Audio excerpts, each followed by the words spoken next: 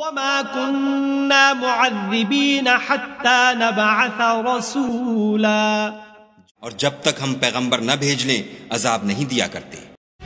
Doctor صاحب بیان کیجئے گا جو اس وقت صورتحال ہے جس سے پوری قوم گزر رہی ہے، یہ عذاب ہے، فتنے کا دور ہے، یہ کیا ہو رہا ہے ہمارے ارد گرد اس وقت؟ اس وقت امت مسلمہ پوری کی پوری عذاب کے اندر مبتلا ہے، اللہ تعالیٰ کا بہت بڑا عذاب۔ مگر یاد رہے کہ اللہ تعالیٰ تو فرماتا ہے اور جب تک ہم پیغمبر نہ بھیج لیں عذاب نہیں دیا کرتے۔ یہ اجتماعی عذاب جو آتا ہے، ایک تو ہوتا ہے ذلت اور مسکنت کی شکل میں، ضربت علیہم الذلۃ والمسکنہ، ان پر کمزوری اور کم ہمتی مسلط کر دی جاتی ہے، اور اس کے علاوہ ان کے اوپر وقتاً فوقتاً میسیکرز اور جو خون اور یعنی آگ کی بارشیں ہوتی ہیں۔ اب اس کی میں آپ کو مثال دیتا ہوں کہ ہم سے پہلے امت مسلمہ تھی بنی اسرائیل۔ ڈاکٹر اسرار احمد صاحب کی یہ مثال بہت زیادہ اہمیت کی حامل ہے، کیونکہ آن حضرت صلی اللہ علیہ وسلم نے نہ صرف امت مسلمہ میں بھی ایک مسیح کے آنے کی پیشگوئی فرمائی تھی، بلکہ آپ نے یہ بھی بیان فرما دیا تھا کہ آپ کی امت کے 72 فرقے بھی بعین ہی یہود کا سا طرز عمل اختیار کرتے ہوئے انہی حالات سے دوچار ہوں گے جس کا شکار گزشتہ مسیح کا انکار کرنے والے یہود ہوئے تھے۔ حضرت موسیٰ کے ماننے والے اور کتاب تورات کے ماننے والے اور حضرت عیسیٰ علیہ السلام تک وہی شریعت تھی، اور حضور کے آنے تک بھی بلکہ وہی شریعت تھی۔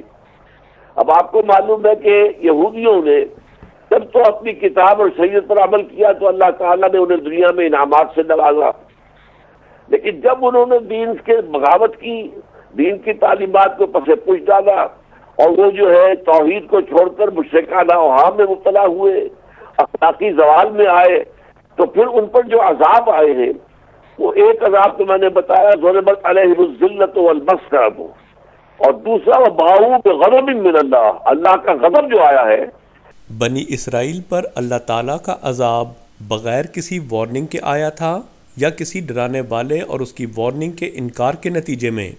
اس بارے میں ڈاکٹر اسرار احمد صاحب وضاحت کرتے ہیں کہ یہ عذاب حضرت عیسیٰ علیہ السلام کے انکار اور تمسخر کے تقریباً 40 سال بعد ظاہر ہوا۔ حضرت مسیح علیہ السلام کے رفع سماوی کے کوئی 40 برس بعد جب ٹائٹس رومن جنرل نے دوبارہ برباد کیا یروشلم کو، اور جو دوسرا ٹیمپل بنا لیا گیا تھا اس کو بھی اس نے گرا دیا، وہ گرا پڑا ہے سیکنڈ ٹیمپل آج تک۔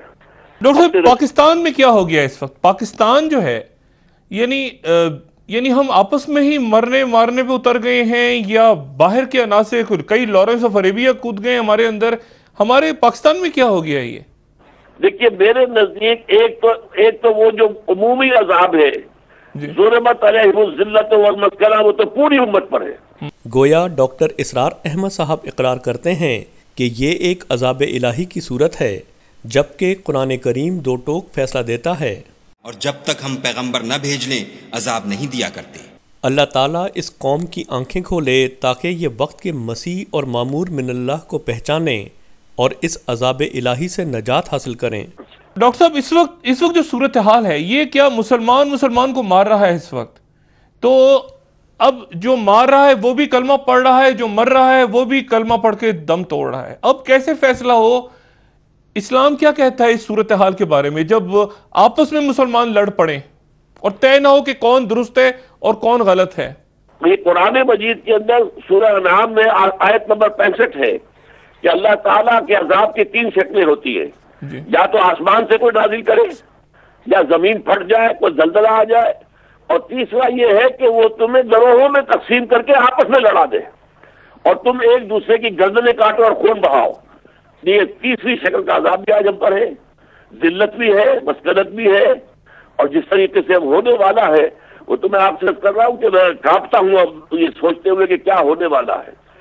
ڈاکٹر اسرار احمد صاحب یہ تو تسلیم کرتے ہیں کہ مسلمانوں کی موجودہ صورتحال عذاب الہی کی مختلف صورتیں ہیں جو کہ بڑھتے بڑھتے مستقبل قریب میں انتہائی ہولناک صورت اختیار کرتی دکھائی دیتی ہیں، مگر افسوس کہ عذاب الہی کی اس بنیادی وجہ سے کلیتاً صرف نظر کر رہے ہیں کہ جس کی طرف قرآن کریم اس آیت میں توجہ دلاتا ہے، اور جب تک ہم پیغمبر نہ بھیج لیں عذاب نہیں دیا کرتے۔ کیا اس امت میں بھی ایک مسیح کی آمد کی خبر نہ دی گئی تھی؟ کیا بنی اسرائیل پر گزشتہ مسیح کے انکار، تحقیر اور انہیں قتل کر دینے کی کوشش کے نتیجے میں عذاب نہ آیا تھا؟ آئیے خود اسرار احمد صاحب کی زبانی سنیے کہ بنی اسرائیل پر عذاب کیوں آیا تھا، اور کیا آج مسلمان بے عین ہی اس مقام پر کھڑے ہیں کہ نہیں؟ وَضُرِبَتْ عَلَيْهِمُ الذِّلَّةُ وَالْمَسْكَنَةُ وَبَاءُوا بِغَضَبٍ مِّنَ اللَّهِ۔ اب یہ ہے ان کی وہ خباثتیں، ان کے وہ ناشکریاں، ان کی وہ معصیتیں، ان پر جو آخری حکم دیا جا رہا ہے، جو اگر آپ برا نہ مانیں تو میں عرض کروں گا آج یہود پر اتنا اپلیکیبل نہیں ہے جتنا مسلمانوں پر ہے۔ ضربت علیہم الذلۃ والمسکنۃ وباؤوا بغضب من اللہ۔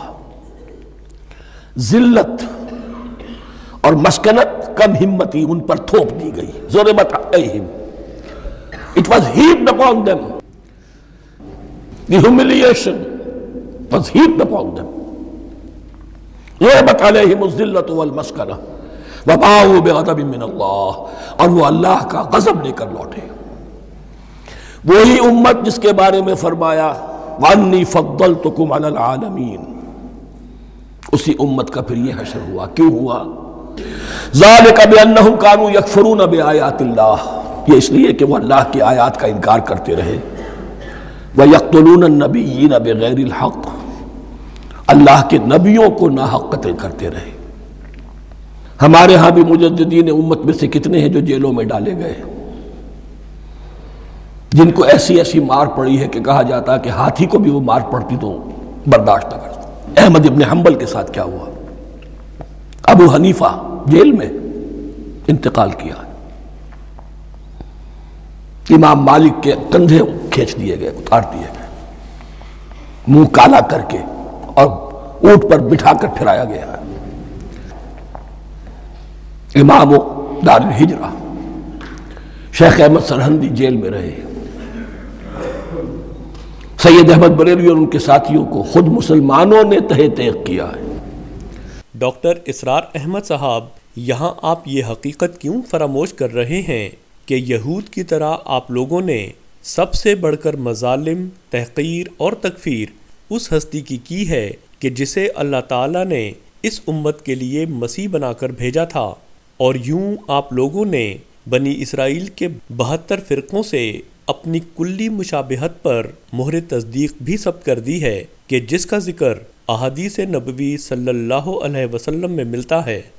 ذالک بما عصوا وکانوا یعتدون، اور یہ ہوا ان کی نافرمانیوں کی وجہ سے اور حد سے تجاوز کرنے کی وجہ سے۔ اللہ تعالیٰ تو ظالم نہیں ہے، اللہ نے تو اونچا مقام دیا تھا، ہمیں بھی خیر امت قرار دیا۔ کنتم خیر امت اخرجت للناس تأمرون بالمعروف وتنہون عن المنکر وتؤمنون باللہ۔ اب اگر ہم نے وہ اپنا مشن چھوڑ دیا تو ذلت اور مسکنت وہ ہمارا مقدر بن گئی۔ اللہ کا قانون اور اللہ کا عدل بے لاگ ہے، وہ فرام امہ ٹو امہ چینج نہیں ہوتا۔ سنت اللہ جو ہے لن تجد لسنت اللہ تحویلا ولن تجد لسنت اللہ تبدیلا، اللہ کی سنت بدلتی نہیں۔ بنی اسرائیل کا جو حشر ہوا آج وہ ہمارا ہو رہا ہے۔ کیوں غضب بھڑکا خدا کا مجھ سے پوچھو غافلو، کیوں غضب بھڑکا خدا کا مجھ سے پوچھو غافلو، ہو گئے ہیں اس کا موجب میرے جھٹلانے کے دن، ہو گئے ہیں اس کا موجب میرے جھٹلانے کے دن، میرے جھٹلانے کے دن، میرے جھٹلانے کے دن۔